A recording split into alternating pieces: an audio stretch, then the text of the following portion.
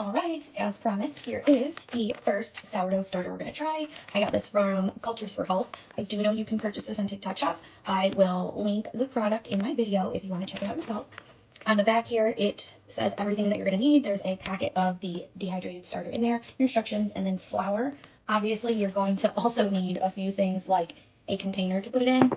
This is my flour. It does say organic is recommended. I don't feed any of my starters with organic, but I am going to for this one. Just following directions. You're going to need water. I use the purified drinking water from Walmart, and then I end up using my filter on my fridge and refilling it. So sourdough doesn't have to be crazy scientific complicated when it comes to what you're doing with your starter, but I'm going to show you how easy it is, so we are going to get started.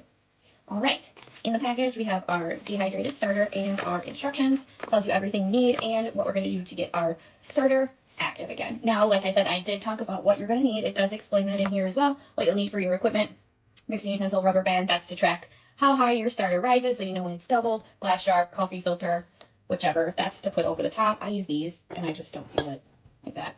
Is it a little airflow seal? You don't want an airtight container when you're doing your starter. So we are going to go ahead and get started here, and it says we are going to add a packet of starter to 1 tablespoon of flour and 1 tablespoon of room temperature water in a quart-sized glass, and then stir. We're going to cover the jar. This is where the coffee filter comes in. I'm just going to use my lid, and I'm going to mark it. I just use dry erase marker. I'm going to mark it, and it's going to sit for 12 to 24 hours. So let's go ahead and do that.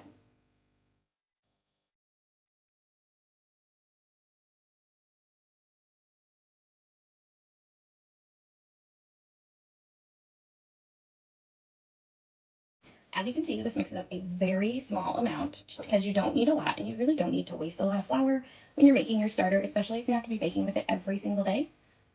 You can use very small amounts. So what I'm going to do here is just scrape down the sides, make sure we got everything all mixed in there, all incorporated, and then this one is done.